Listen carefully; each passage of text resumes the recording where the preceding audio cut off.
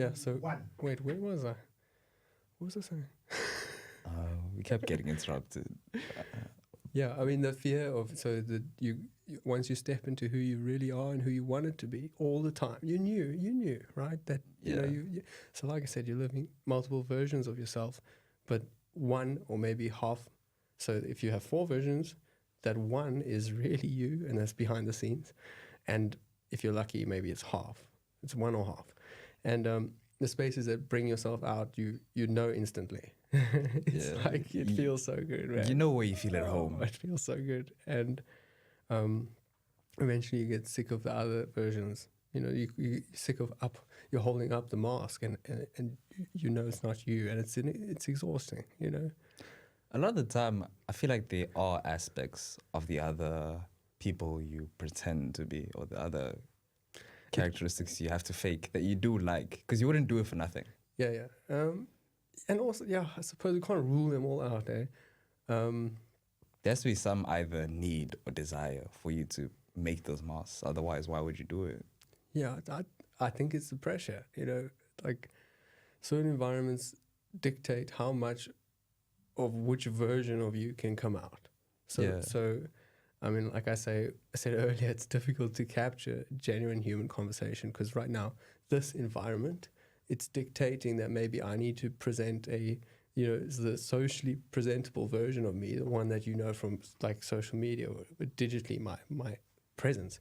Yeah. So when we want to capture genuine conversation, it's the contradiction. It's almost impossible. You know? It's like you know, you have to almost ambush someone and say, "Oh no, we're not recording. Don't worry, just carry on talking."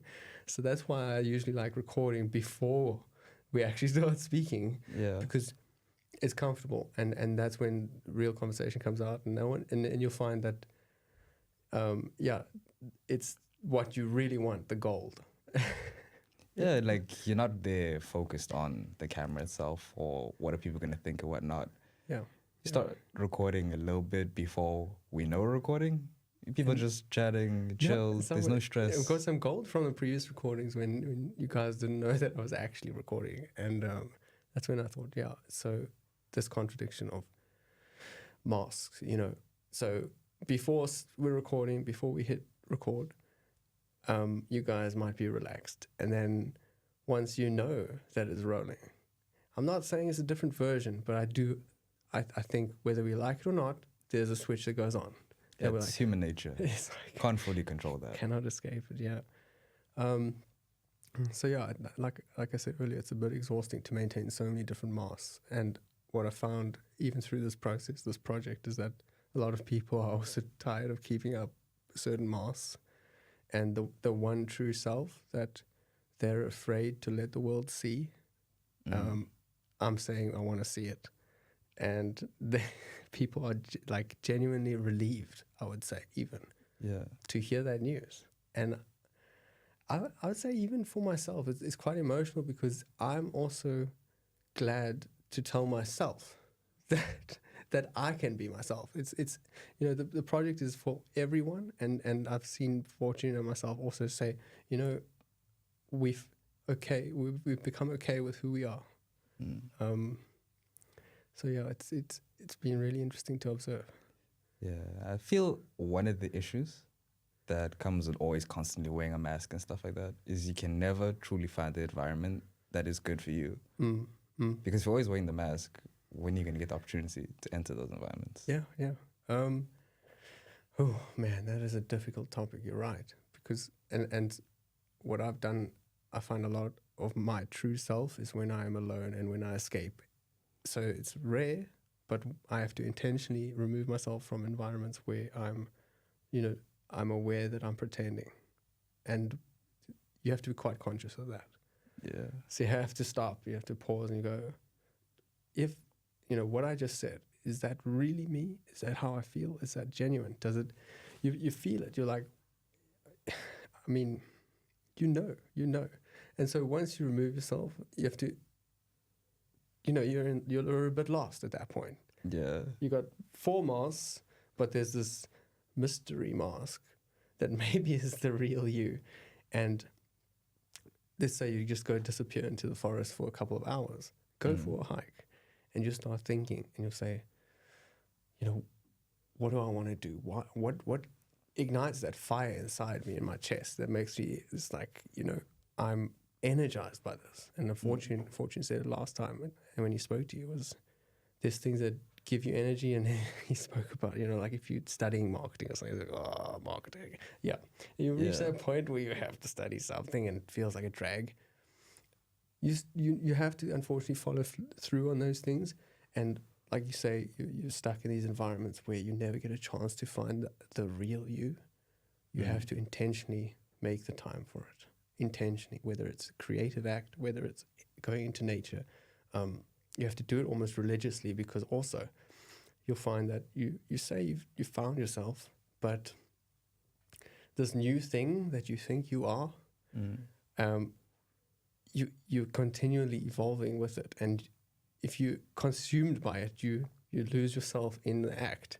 So, I mean, sometimes when I'm writing, I'll do the escape, so I'll go into the forest. Yeah. And something will come to me, something incredible, and I'll write about it.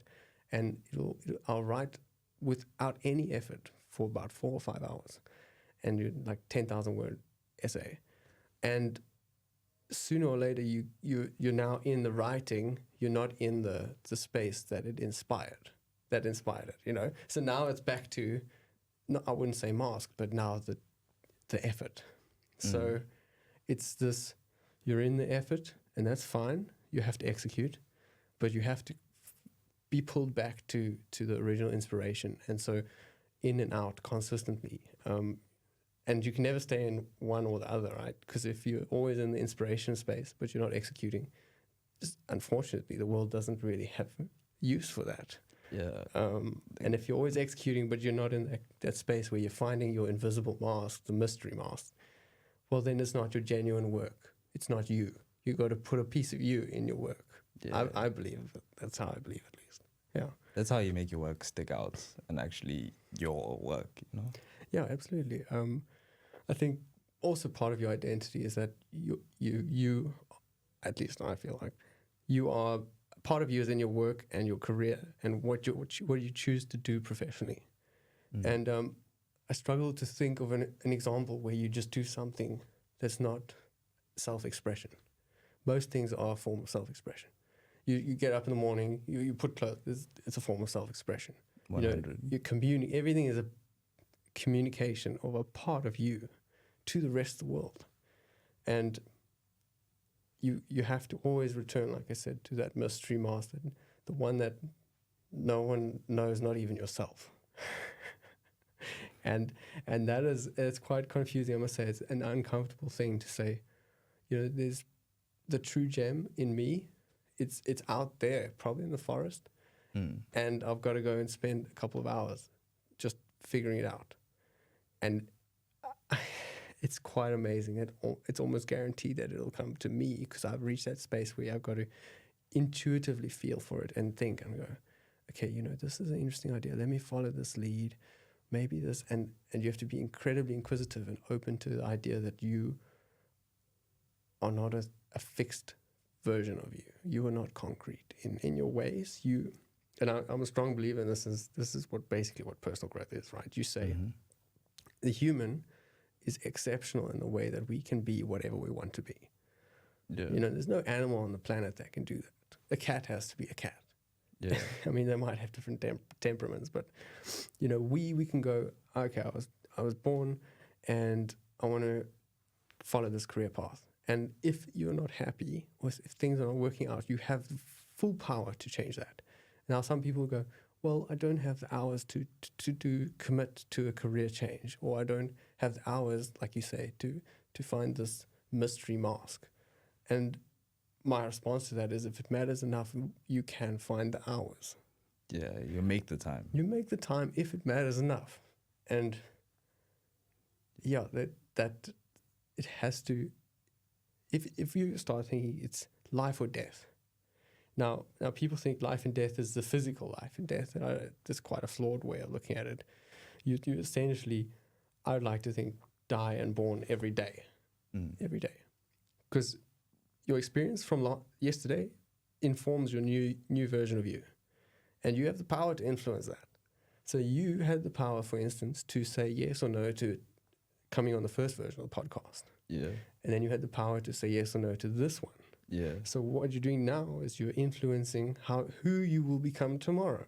And honestly, it's probably the most empowering thing you can tell someone is that what you do right now can profoundly impact who you will be tomorrow.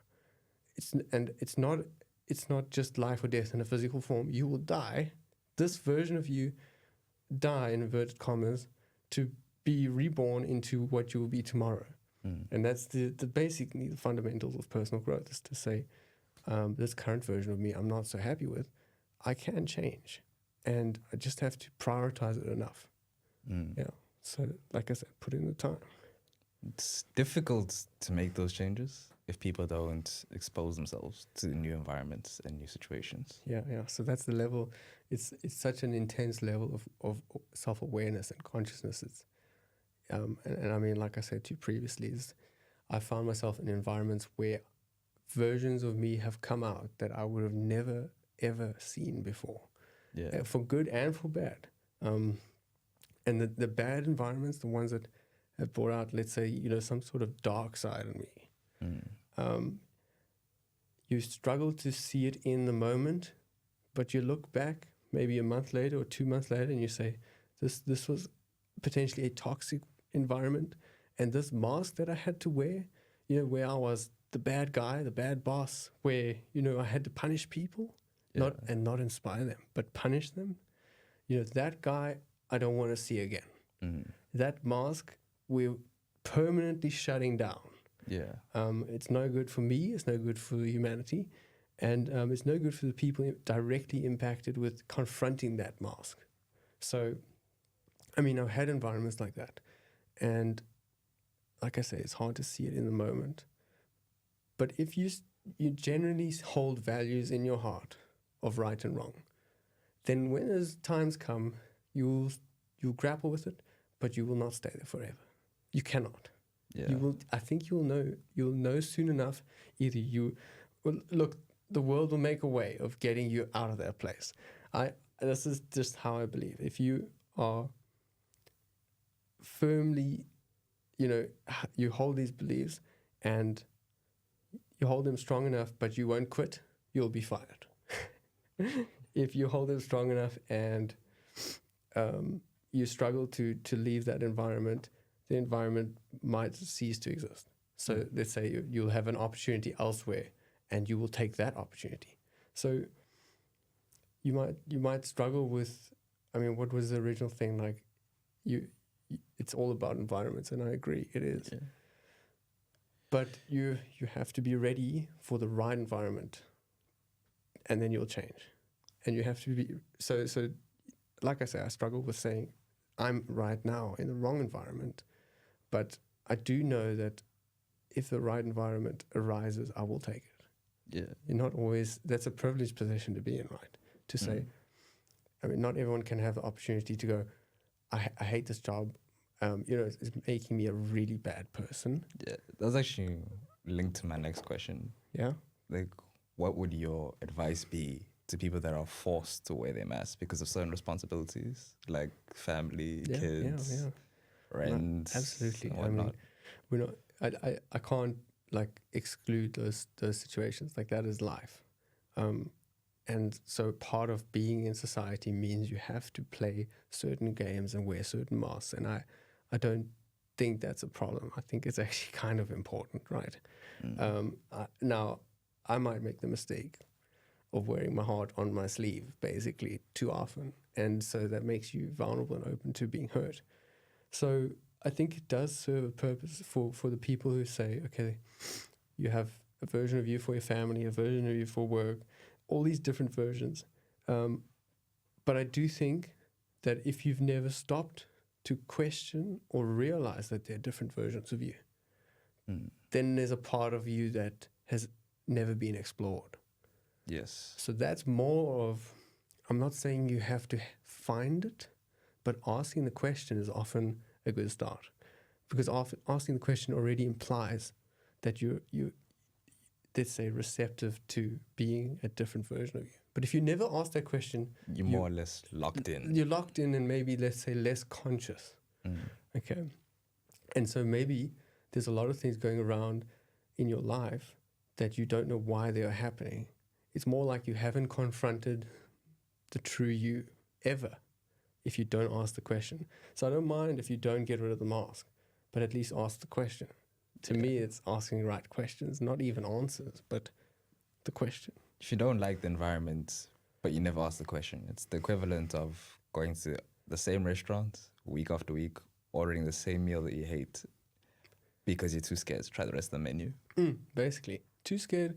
So it's sort of what I said last time when we spoke with Fortune was people have different levels of awareness of what's going on. And it's more like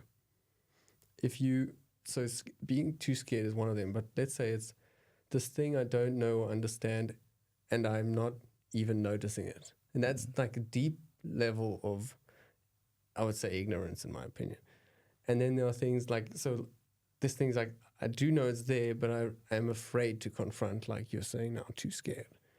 And so the position you want to be in is the right question is I see it and I'm going to explore it. That's the right place.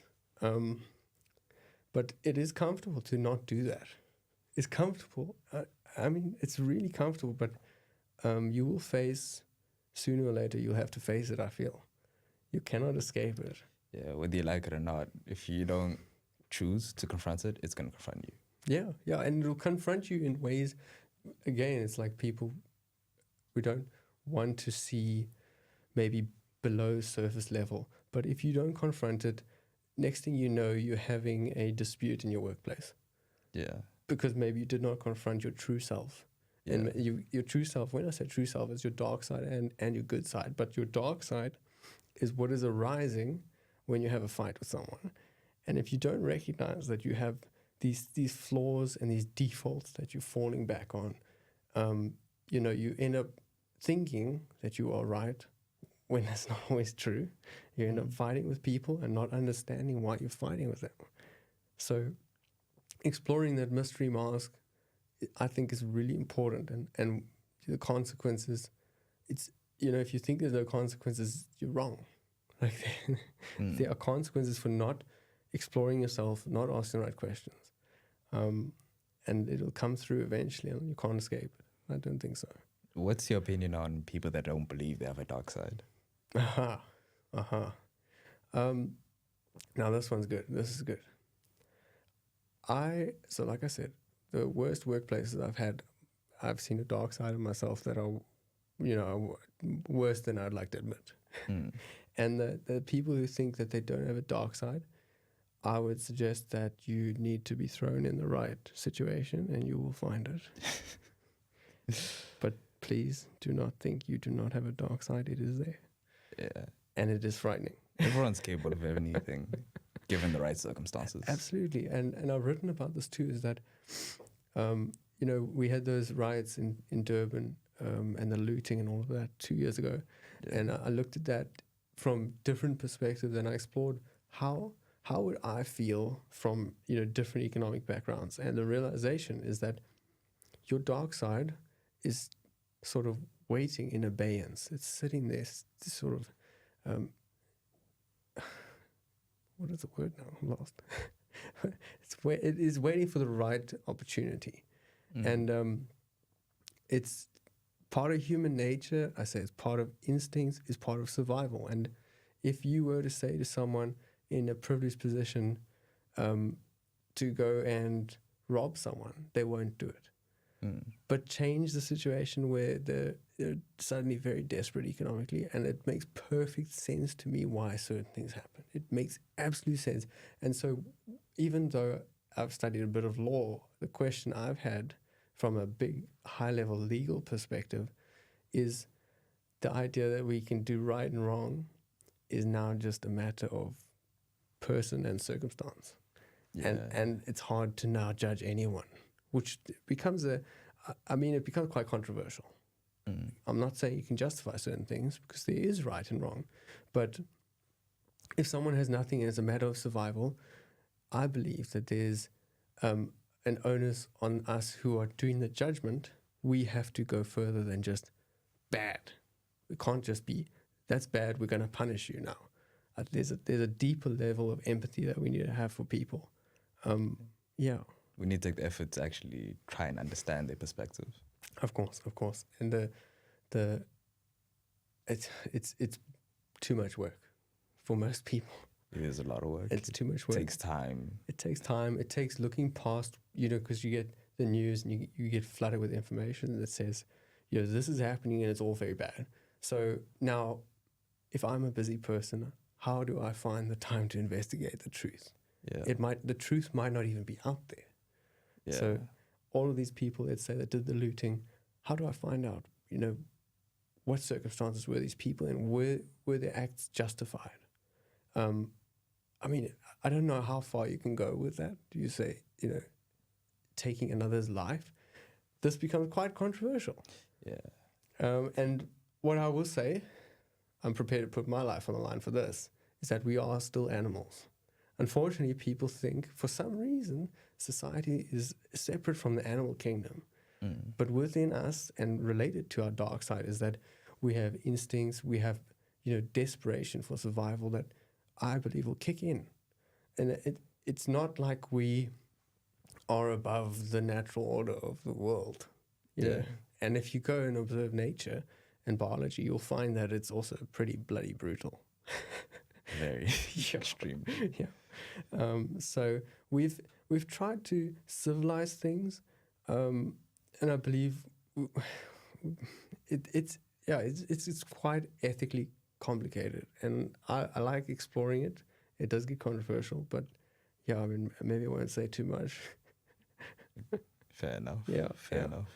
But the generally from the experience I've had of exploring that, like through writing. So like I said, I disappear into the forest, I come back, I write, and I'll write and I'll have suddenly this newfound perspective from my, mystery side of me that I would never had, and it was actually in me. Mm-hmm. So I didn't speak to someone else. They didn't give me that, but suddenly I have unlocked a key of information to how the world works in the universe that I wouldn't have had, but it was already inside me. Mm-hmm. And that's why I believe a big part of personal growth is to spend a lot more time with yourself. And I know people struggle with that, but you got to cut out the distractions. You have to just disappear for a while, and not disappear in an unhealthy way, disappear in a healthy way where you're exploring to a greater depth than you normally would. And so then I have insights, stuff like the Durban looting I think about. I wrote quite a bit on that. But yeah, that translates to then how you work and how you treat people in the workplace. So like I said, I've been the bad guy in workplaces, but since I've confronted my mystery side and also my dark side, I now know when I'm switching and I'm being nasty, and you pull it back a bit. Yeah, because you're aware of that side. Because you're aware of your side, the bad side. You're aware now that circumstances dictates people's behaviors. There's usually an explanation for why people do what they do. It's not random. Yeah. And often we look at, and again, come back to the news, it's like something happens and then we think, not random, but we judge the high level. We don't dig deeper. But in workplaces too, why people do things, there's an explanation for. And you have to go out of your way to understand the person and dig deeper. And if you don't do that effort, you're the one to blame. You're the one passing the judgment. You're the one to blame for now that judgment being negative. Because you could, let's say someone comes in late, you could say, what happened? Are you struggling with transport? Are you sleeping enough? Yeah. And what will happen, you will discover, okay, they might be depressed. Maybe they're on new medication. Maybe there are issues far greater than yourself and your small little space that you're exposed to. And we like to imagine that this little space is isolated from the rest of the world. And once you reach that deeper empathy, you realize, no, workplace is connected to a huge network of people. The people who work there, their families, everyone who's touched by that family. And so, firstly, them having a job is important. You're supporting a lot of people. But them having a happy job, a happy environment where they're being empowered, I feel is just as important, you know. Yeah. And you touch their life touches other lives. And in the same way that I wanted you on the podcast was, it's no good having a podcast where people are just talking for themselves. That's just come on. So what you can do is actually serve a team within the organization and serve your end user. And if you do that at the same time, I think you're winning double. 100%. Like it's mutually beneficial. Yeah, absolutely. And the ripples. I think it was Mother Teresa quote. Actually forget it. But the ripples, you cast ripples that are far greater than you think, and you have to trust that they are, they're doing their work behind the scenes. Yeah, and you let go of the outcomes, because the outcome it's sort of diluted with whatever, but it's definitely an outcome, and it doesn't trickle back and say, so like for instance, if you study 3 years, the outcome is you get a piece of paper and that trickles back straight into my hand. Like, here's my degree. If you do something else that's subtle for a long time that impacts a life, and their life impacts other lives, nothing trickles back, or at least that's what you think.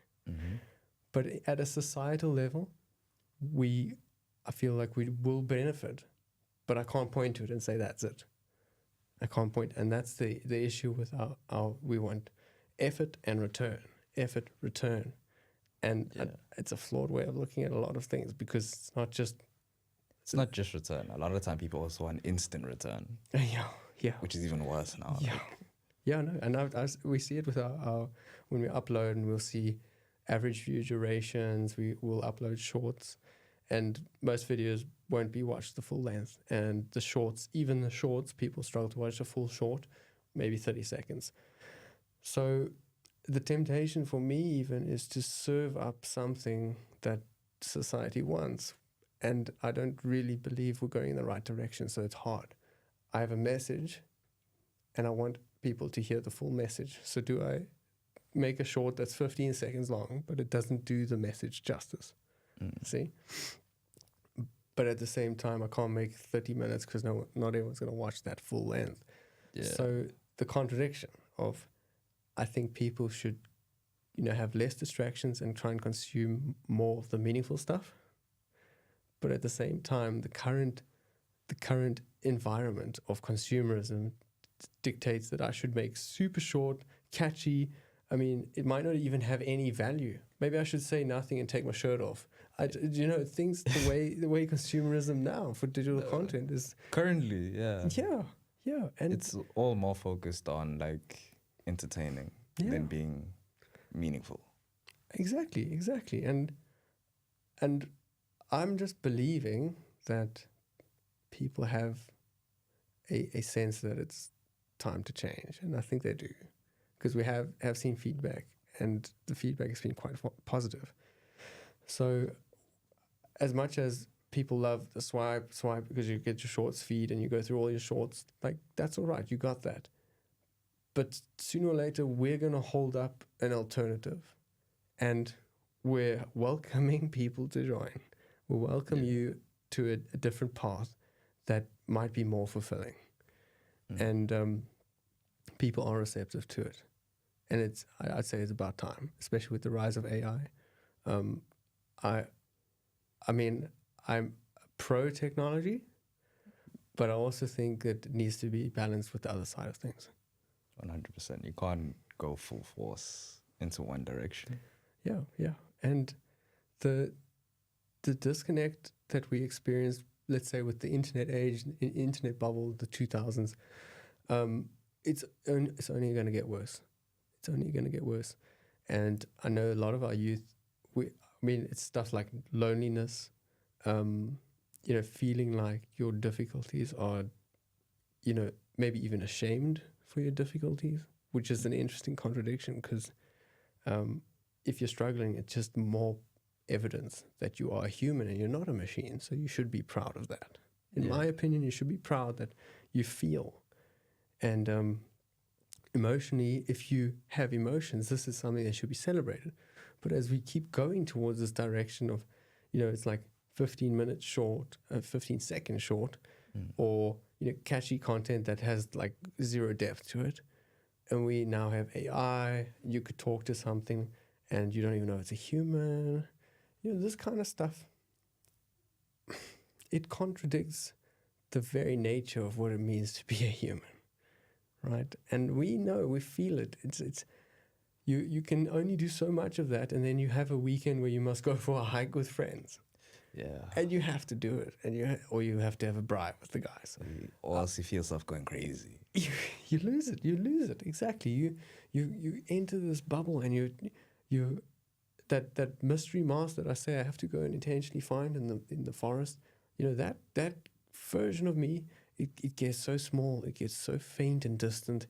It's it's like in the deep dark reaches of my mind. It's calling out, saying, and you're losing yourself. You're losing yourself.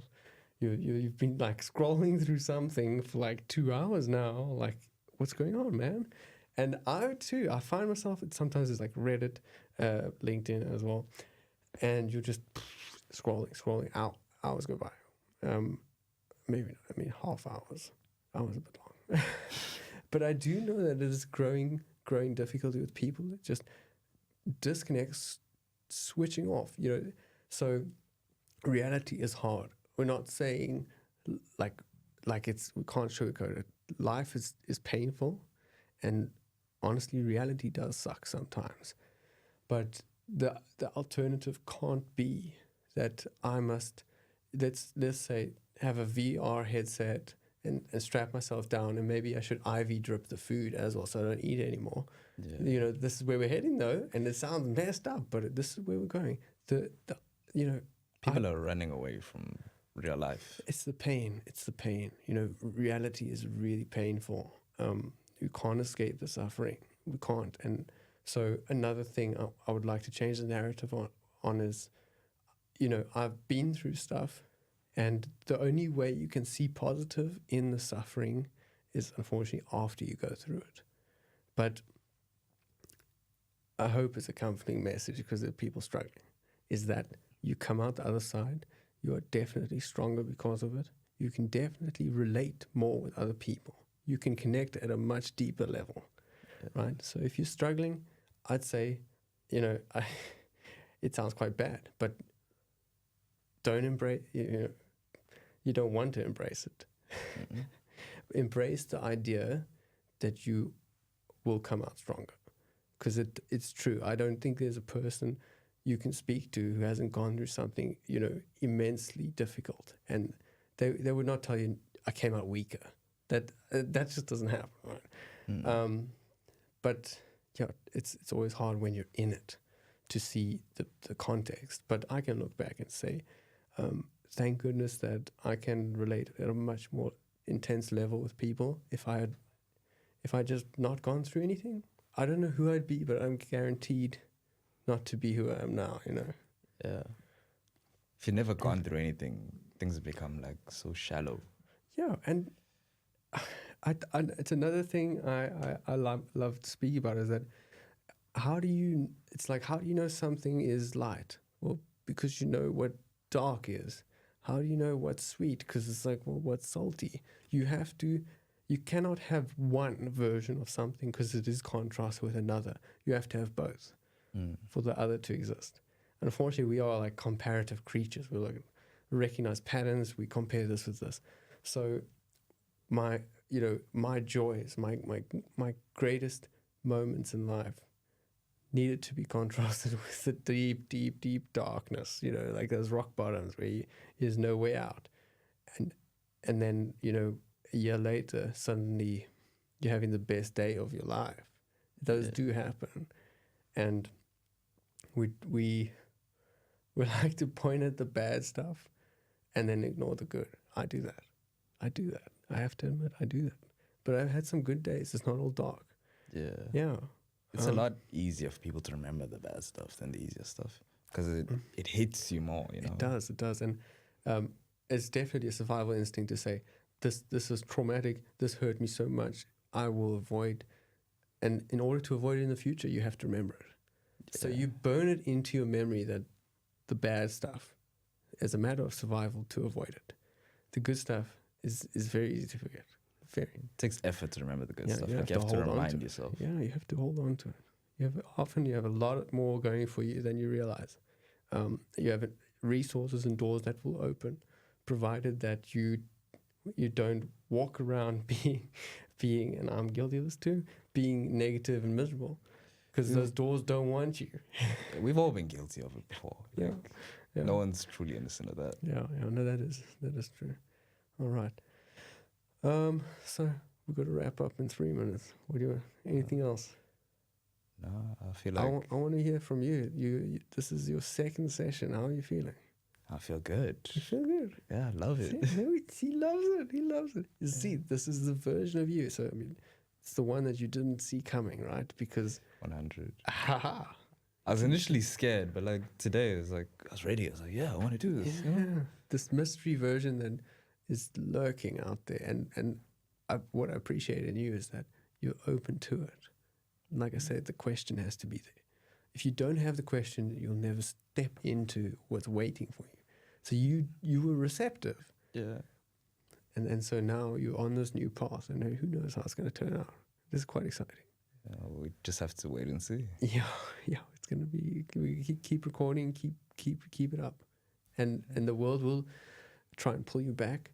But you have multiple versions of you, and multiple facets that you can support at the same time. Yeah. I'm proud of you, man. I appreciate it, man. Yeah. Okay, we're done. Let's call it. All right, cool. Okay. Thank you, guys. Well done, dude. Thanks, Well man. done. See you then.